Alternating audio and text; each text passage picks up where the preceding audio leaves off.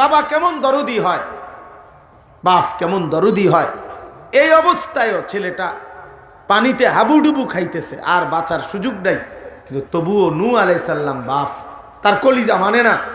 তিনি আবার এবার যখন সন্তান হাত থেকে ছুটে গেছে, এবার বুঝছে ছেলেকে আর ধরতে পারবে না, তো নূহ আলাইহিস সালাম এবার আসমানে হাত তুলছে, আল্লাহ তাআলার কাছে হাত তুলছে। কোরআন শরীফে আছে, আল্লাহর কাছে হাত তুলে বলছে, রব্বি ইন্না ইবনি মিন আহলি। এই মাওলা, এই যে ছেলেটা, এটা আমার পরিবার, আমার বংশ, আমার সন্তান। দেখেন না মাওলা, কিছু করা যায় কিনা মাওলা, বাঁচাইয়া দেন। এ কথা তো বলতে পারে না, কারণ সে তো ঈমান আনে নাই।